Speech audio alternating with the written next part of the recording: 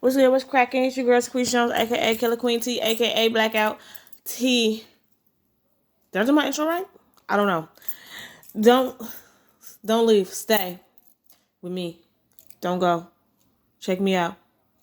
If you need to lay down, I'll stroke your head, stroke your hair, stroke your hair. I didn't even do my ad. So, I think we are on the last chapter of Dumb as Me. Hold on, let me check.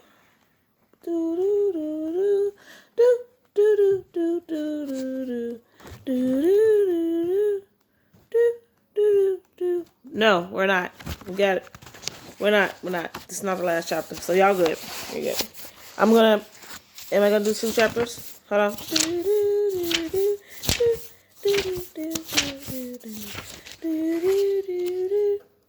No. No. You're gonna do the normal. The ticket's gonna be involved in this one though. Cause I don't think, and I think I could do 2 chapters of Stuart, but that's only if I speed this along. So, chapter 13, pain is just a feeling. Alexis, I yelled out loudly. All the lights were off in the house, which was very unusual. Up here, a shout came from upstairs. Why are all the lights off? I asked, switching the lights on. Come up here now, Alexis yelled in a stuttering voice. Where have you been? I looked at her, not believing what I saw. Where have you been? She yelled out repeatedly. Alexis was drunk and stumbling about. Don't say you were with your friends. I called them no good bastards. Yeah, don't look surprised. I called them, and none of them knew where you were. Alexis was standing in front of me in the dimly lit room, swinging back and forth like a small tree in a storm. Justin answered me. Hey, calm down. Calm, she yelled out, sputtering her partly swallowed drink. Don't try and pacify me. I ain't calming down a damn thing, Alyssa said as she stumbled in my direction. Honey, let's sit and talk. Fuck that. You think we could talk, then you fuck me and everything is alright? You can't keep hurting me, Justin. You can't keep hurting me. Alexa was stumbling about the room crying. After seeing my reaction to her drunken state, she began to regain control of her emotions. I don't want to hurt you, baby. Stop crying, please. Don't cry, I said, calmly holding her in my arms. You're wrong. You're wrong. Wrong what? I was confused about what she was referring to. She yelled in an uncontrollable outburst, pushing me away. I can smell her on you. I can smell your bitches. Your sin on you. She started kicking and screaming. I hate you. Alexis hit me, crying and cursing. She eventually tired and fell to her knees, repeating one simple question. Why? I picked up my wife off the floor and laid her on the bed. Now, if he go and get her some hair like baby boy, just throw it all away. I laid next to her looking at her puffy, swollen eyes. I wiped a single tear from her face as she took in a deep breath. You can't keep hurting me like this. You can't keep hurting me. She closed her eyes and fell asleep. Looking at Alexis, I thought about the woman I married. The woman that lay there was not her. I was told if someone can take something away from you, it's not yours. Alexa often told me that I took her self-respect and esteem. In her fits of rage, she told me she married the wrong man, constantly reminding me of her background. Alexa's parents didn't approve of their daughter being married to a ghetto thug that just happened to have money. I didn't care. In some strange way, I wish she had listened to them. I think their disapproval of me immediately only made me want their daughter even more. I wasn't supposed to be in this marriage. We weren't supposed to be in this marriage. The only reason we was together was to prove her family was not right about me. Once the vacation and sex was done, and it was just Alexis and I alone with these 4 walls, we both knew this wasn't meant to be. We loved each other, but I don't think we liked one another. I was nice to her when I messed over her, and mean to her when I didn't. She didn't deserve this. I didn't deserve this. I lay there for several hours, watching her, thinking of all the things I could do to make what she obviously knew better. And all the things running through my mind, I couldn't think of one thing that would make this situation better. Any lie would have only made matters worse. How would I tell the woman of my children I wanted out of the marriage? I decided not to tell her. I swallowed my feelings, accepted that I was wrong, and prayed that she would forgive me. This wasn't the best thing for me, but it was the best thing for us. It's not the best thing for them. It's not the best thing for them. It's not. He needs to just end it instead of causing pain. Good morning, my darling. How are you? Alexis sat up in bed holding her head. She looked at me in a disgusted manner. How you feeling? I asked again. You asked me that once. You don't have to keep asking. I'm just trying. Alexis interrupted me. I know. You're always trying to please everyone but me. She slowly raised her head. I'm tired of being second in your life. I'm second to your selfish needs. For a long time, I thought I was confused. But I realized it's not me. I want you to leave. Leave. Find whatever it is you're searching for, Alexis said, looking down, sitting on the edge of the bed. You want me to leave? I was thinking, this is my house. You leave. Yes. I can't stand to be around you now. Just go, she said calmly, trying not to cry. I'll leave, Alexis. I'm sorry. Sorry? Sorry? You're right. You're a sorry man. Sorry didn't ruin us. You did. I turned and walked away from my wife. Hurt because I had hurt her. As for my own feelings, I was relieved. Relieved that all the years of cheating were exposed. A way out of this situation had been paved. I was relieved that she knew I was just a no-good man. I stopped, looked back, and asked, is our marriage over? Alexis didn't bother to respond. I walked out of my house, uncertain if I would ever return. I don't know if I cared. See, this that weak shit I'm talking about. Like right now, you think you don't care, but then when she start acting like she don't care, then he gonna be moving like, oh my god, how can she just move on so fast? I got in my car trying to soak up what just happened. At that moment, I decided to cut off all my relationships. I knew they were the source of my problem. Besides, I didn't love these hoes. 26, ringing. Hello? Hi, it's Tony. Hey, baby, how are you? I've seen better days. Listen, I'm calling to tell you a couple of things that have been on my mind. What's wrong, Tony? Well, that's part of the problem. Tony's not my real name. My name is Justin. I lied to you all this time. I didn't do it to hurt you. I did it because that's the way I used to be. Why are you telling me this, Justin? I just want to come clean. I'm tired of hurting people. I'm tired of hurting myself. You sound as if you're confused about who you really are. You need to find yourself. I hope you find whatever you want, whatever you need. To my surprise, she actually seemed concerned about what I was going through. Listen, baby, I'm calling to say goodbye. I can't keep living like this. I know, Tony, Justin, whoever you are. I know. Take care of yourself. You do the same. I paused with my ear on to the phone as she hung up. I called all the women I had a relationship with and told them the truth. I cut all of them off. Surprisingly, most of them were understanding. Sandra, my little married freak, told me she hoped I got syphilis in my ass and died. I wasn't mad at her. I was her excitement. How dare I uproot myself from her life without any warning? I deleted all the stored numbers in my cell phone, all except one. Why? She told you she was in a relationship. How you thought? What? What is happening right now? 69 ringing. Eden picked up the phone. She kicked you out? Yeah, something like that. Silence came on the phone. I know you know where I am. If you want to come you can. Eden replied. I'm going to drive around for a while. I'll come over in 2 hours or so. Is that okay? That's fine. I'll see you when you get here. Okay. I'll see you soon. Thanks, baby. Thank me later. Okay. Bye. Bye, baby.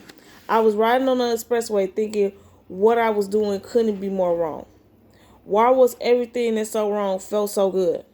I know that I hurt Alexis, not to mention the kids. What kind of father was I? The worst kind, I guess. Living a life of lies wasn't cool anymore. A single man's life was not the life for me. But I've been living that way since I was a teenager. Nigga, you ain't no teenager no more. Pimping hoes, managed tours, living large in the eyes of friends. It's all petty. I pulled over to the side of the road to vomit. I was sick. Sick of myself. Yes, please throw up. I looked in the mirror and yelled, I'm sick of you. I yelled out to relieve myself of the stress. It was years of frustration and cowardly acts clogging up inside me. I had been lying for so long that I had begun to believe my own drama. The drama that was once my fuel, my purpose for living, now sickened me. I was at the back of my car spewing my guts out. Excuse me, sir, do you need assistance? I looked up slowly, wiping the slime from my chin. It was the police. Sir, are you okay? Have you been drinking? Drinking? Hell no, I haven't been drinking. I needed a drink. I guess they assumed I hadn't drinking because I was vomiting. No, sir, I haven't been drinking. I'm car sick. Have you traveled a great distance? Asked the officer. No, I said, standing firmly, looking at the cops. I need to see your driver's license and registration, sir. For what? I wasn't driving. I responded with a raised brow. License and registration, sir? One of the officers was directly in front of me. The other had positioned himself off my right flank. I could tell they just wanted to harass me. A black man in a convertible XK8. They probably thought I stole it or I was a drug dealer. Here's my driver's license. The registration is in the glove department. Do you mind if I retrieve your registration, Mr. Drake? The officer said, looking down at my driver's license. Yes, I do, man. If you would allow me, I'll get it for you. The officer watched my every move as I leaned to open the glove compartment to retrieve the car's registration. Is this your vehicle, sir?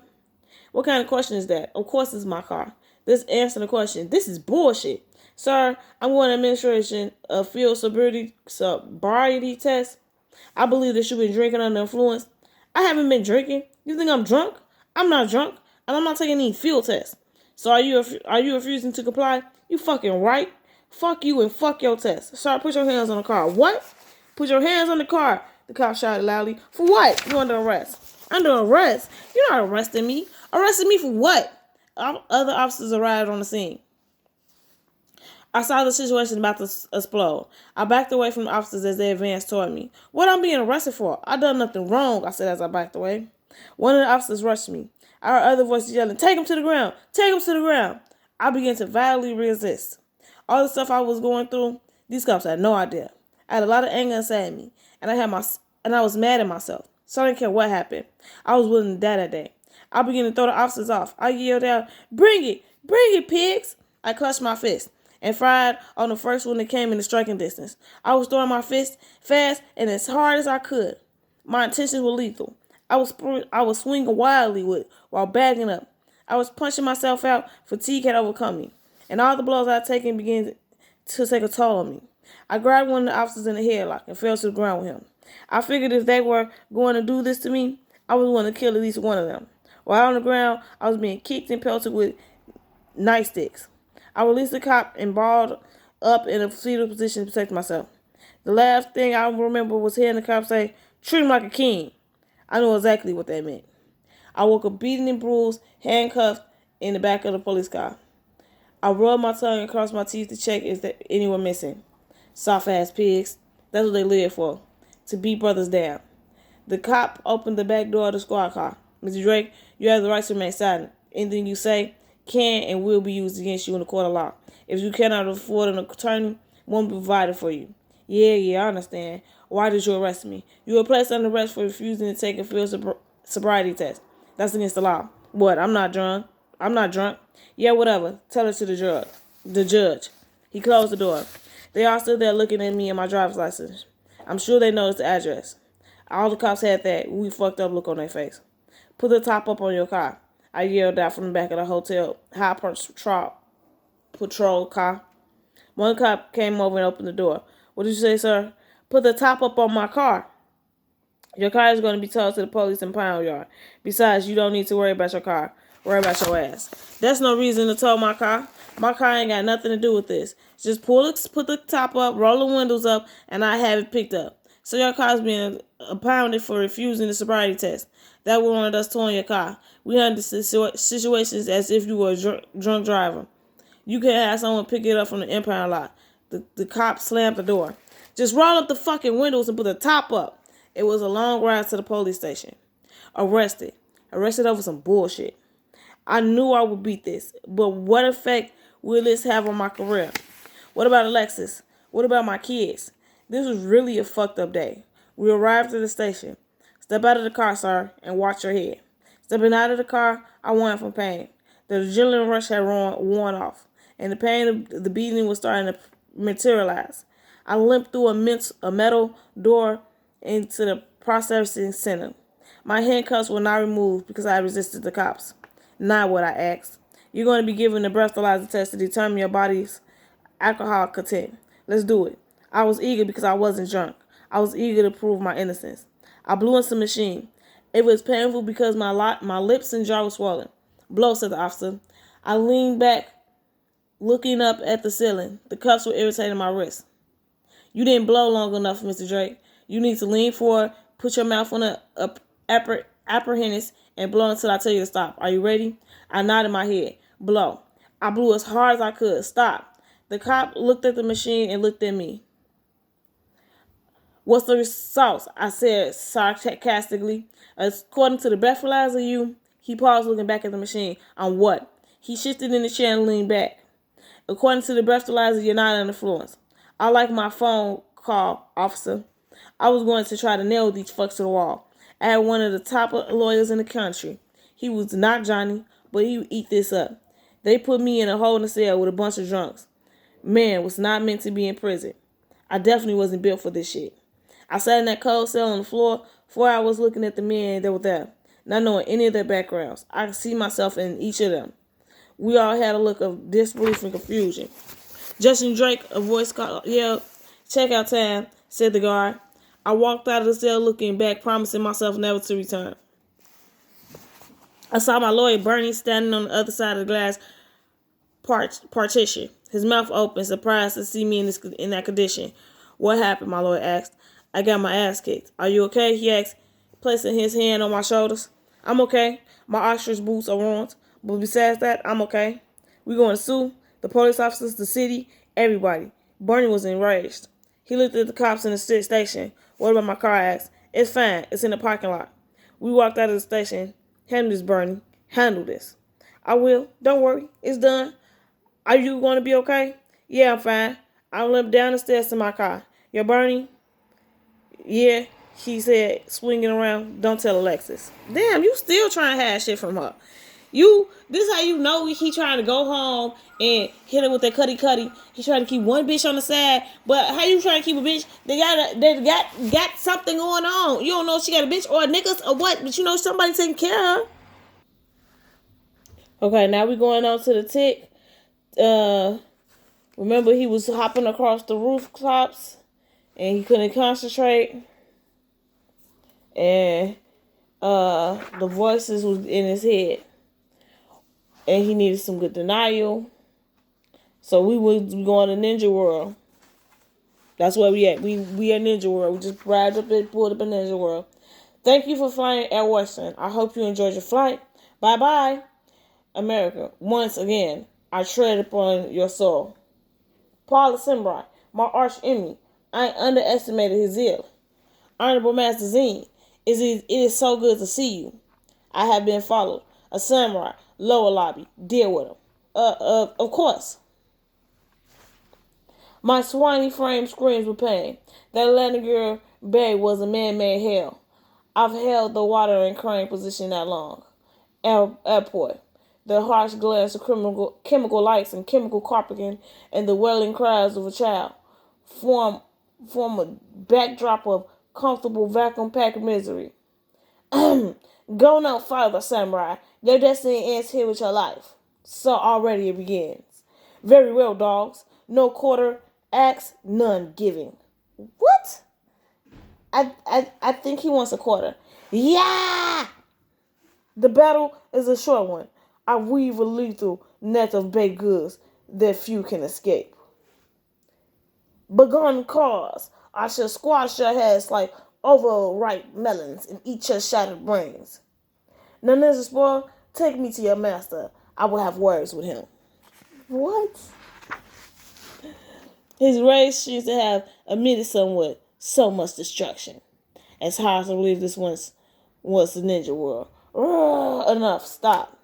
Your efforts here are wasted. Haven't I seen you before? Last night, you freed me from ninja interrogation indirectly. Or have you forgotten? I am seeing. Oh yeah, Olympus, oh Guy Tudor. Yeah, you're the one that made her steal the thorn. You almost got her killed, old guy. She is expendable. You look pretty expendable to me, pal. Take my life if you must, but then find the thorn. Done. Superheroes never kill Tick, ever. Can a guy wreak havoc in privacy? What's this, a convention? Who are you? My name is Arthur. I followed your case very closely. Here, it's the thorn. What is it about this thorn thing anyway? No more questions. It must be destroyed. It's a sacred Japanese artifact, Tick. Shang and many ninja traditionals believe that it's the symbol of pact made between the first ninja and the spirit world. They believe its destruction will mean the destruction of all ninjas as well. Is that true? Be silent, meddler. Ninja have dishonored themselves. They deserve nothing but obliteration. But a death is a ninja. If I destroy this, should I too, right? Right? Where it go? The ninja returned. Destroy it. She has a small price to pay to be rid of them. No way, Jose. I'm shaking the exit stick. Fool, you have accomplished nothing. That's it. Run. Run back to Odessa. Oh, can't be trusted. So he running back to Odessa. Oh my goodness, I'm trying to do good on my time. Chapter 10, here we go. Chapter 10, springtime. Snowball the cat enjoyed nighttime more than daytime. Perhaps it was because his ass liked the dark. But I think it was because there are always so many worthwhile things going on in New York City at night. Snowball had several friends in the neighborhood. Some of them were house cats. Others were store cats. He knew a mouse-sized cat in the A&P, a white Persian in an apartment house next door, a tortoiseshell in the Lexus section, a tiger cat in the basement of the branch library, and a beautiful young Angora who had escaped from the cage in a pet shop on 3rd Avenue and had gone to live a free life of her own in a tool house of a small park next to his house. One fine spring evening, Snowball had been calling on a garden in the park. He started home late, and it was such a lovely night, she said she would walk along with him, keep him company. Ooh, cat flirt. When they got to Mrs. Little house, the two cats sat down at the foot of a tall van, which ran up the side of the house past George's bedroom. This van was useful to Snowbill, because he could climb in at night and call into the house through George's open window. Snowbill began telling his friend about Margot and Stuart. Goodness, said Argo Cat. You mean to say you live in the same house with a bird and a mouse, and you don't do anything about it? That's the situation, replied Snowbill. But what can I do? Please remember that Stuart is a member of the family, and the bird is a permanent guest like myself. Well, said Snowbill's friend, all I can say is you got more self-control than I have. Doubtless, said Snowbill. However, I sometimes think I got too much self-control for my own good. I've been terribly nervous and upset lately, and I think it's because I'm always holding myself in. The cat's voice grew louder, and they talked so loudly that they never heard a slightly rustle in the vine a few feet above their heads. It was a great pigeon, who had been asleep there, when I awakened at the sound of the cats and began to listen. This sounds like an interesting conversation, said the pigeon to himself. Maybe I better stay around and see if I can learn something. Look, he said. He heard the Agino cat say to Snowbill. I meant that the cat has a duty towards her own people, and that under the circumstance, it would be wrong for you to eat Margot. But I'm not a member of your family, and there is nothing to stop me from eating her, is there? Nothing I can think of out here, said Snowbill. Then here I go, said Agino, starting up the van. The pigeon was wide awake by this time, ready to fly away, but the voices down below continued. Wait a minute, said Snowbill. Don't be in such a hurry. I don't think you better go in there tonight. Why not, said the other cat. Well, for one thing, you're not supposed to enter our house. It's unlawful entry, and you might get into trouble. I won't get us any trouble, said Argo. Please wait till tomorrow night, said Snowbell firmly. Mr. and Mrs. Little will be going out tomorrow night, and you won't be taking such a risk. It's for your own good I'm suggesting this. Oh, all right, agreed Garner. I guess I can wait, but tell me where I'll find the bird after I do get in. That's simple, said Snowbell. Climb this van into George's room through the open window, then go downstairs, and you'll find the bird asleep in the Boston fern on the bookcase. Easy enough, said Argano, licking her chops. I'm obligated to you, sir. Well, the old thing whispered the pigeon to itself, and he flew away. He flew away quickly to find a piece of writing paper and a pencil. Snowbell said goodnight to his friend, and climbed through the vine and went to bed. Next morning, Margot found a note on the branch of her fern when she awoke. It said, "Beware of a strange cat who will come by night." It was signed a well-wisher. She kept the note under her wing all day long, wondering what she had better do. But she didn't dare show it to anyone, not even to Stuart. She couldn't eat. She was so frightened. What had I better do? She kept saying to herself. Finally, just before dark, she hopped up to an open window, and without saying anything to anyone, she flew away. It was springtime, and she flew north, just as fast as she could fly, because something inside her told her that north was the way for a bird to go when spring comes to the land. Okay. We're going to be on our way to chapter 11. That was good. Remember to like, comment if you want, subscribe. But if you don't. We're going to get to know each other. But if you don't, just know there's a chance and the likelihood of me breaking into your house and stealing all your furniture and leaving Taquise plus Elijah on your TV on a repeated loop is highly likely and highly probable. So, we out. Catch you around when I see you again next time.